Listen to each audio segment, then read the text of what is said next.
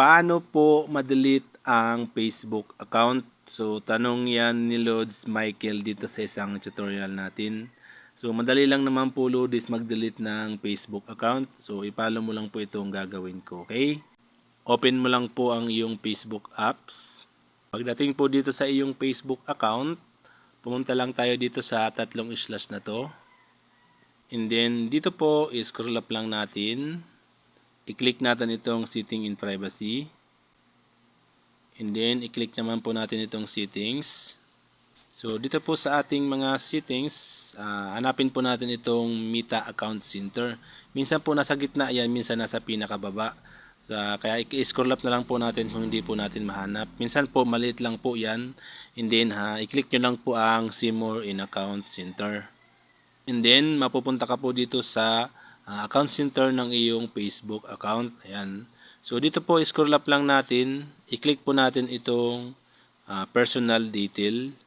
And then, dito po sa ating personal details, i-click po natin itong account ownership and control.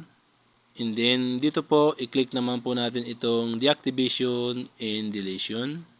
So, dito po, lalabas po dito yung mga account na nakakonect po sa ating mga Facebook account. Kung mayroon po kayong Facebook group, and then kung mayroon po kayong additional profile na nakalink po or naka-attach po dyan, naka-connect po dyan sa inyong Facebook account, Facebook profile. Kahit po Facebook page mga lodis, kung mayroon po yung Facebook page ang inyong mga Facebook account na gusto nyo pong i-delete, lalabas po yan mga lodis. Ngayon, pag dinelete mo po yung Facebook profile mo, lahat po yun lodis ma-delete. Okay? Kaya make sure lang po na hindi na po talaga importante sa inyo at hindi nyo na po ginagamit ang inyong Facebook account na yan. Kasi pag once po na permanently delete nyo ang isang Facebook account, hindi nyo na po yan lodis maibabalik pa. So, hindi na po yan mababalik pa mga lodis.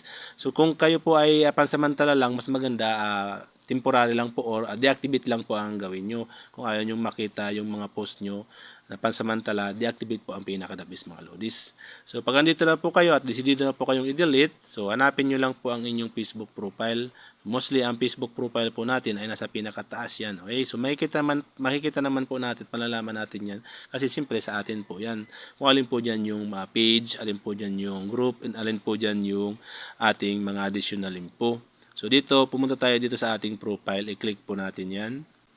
And then lalabas po dito ang deactivate account at ang delete account.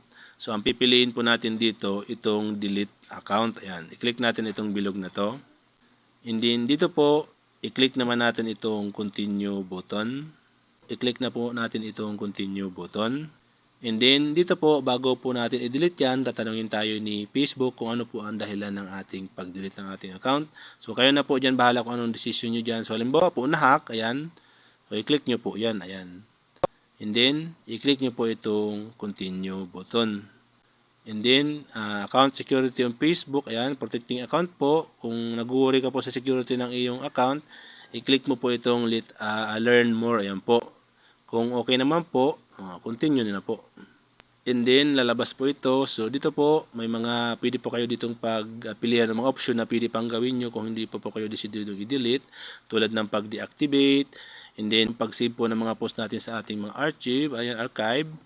And then, pag-download po ng mga information sa ating mga account, pwede nyo po gawin yan. Pwede rin po natin i-transfer yung mga information natin dito sa Facebook na to sa another account po mga lods. Ayan, pwede nyo po yung i-click yan. Then, yung mga nakalink po na mga application sa inyong mga Facebook, katulad po ng Mobile Legends, katulad ng application na yan, or mga games, kung ano man pong mga application na nakalink dyan sa inyong mga Facebook account, madi-delete din po yan mga lodis. So, pag okay na po, i-click nyo na po itong continue button. And then, dito po, ilalagay nyo na po ang inyong Facebook password. Permanently delete na po ang inyong mga Facebook account.